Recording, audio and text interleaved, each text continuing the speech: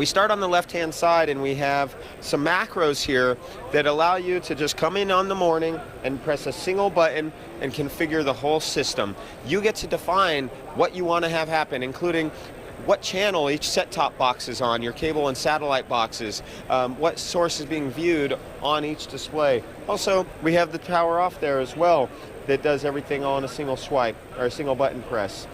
For video, you could, through KeyDigital hardware, you can have any video source viewable at any time and in any combination, and you could just choose those sources here. My Bar TV2, we want to watch the cable box, and we want to change the channel on this cable box here.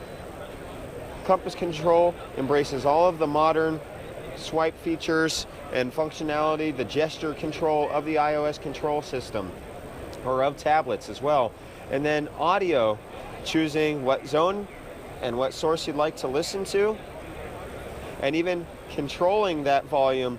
And this is an example of a custom GUI that was developed by one of an AV professional in the state of Colorado. It's going to make your bar restaurant come a long way, turning your morning and evening routines that might take upwards of 20 to 30 minutes for your staff to perform. It's going to allow them to do that in 20 seconds. 1, 2, 3 button presses is the rule. So you've got compass control here.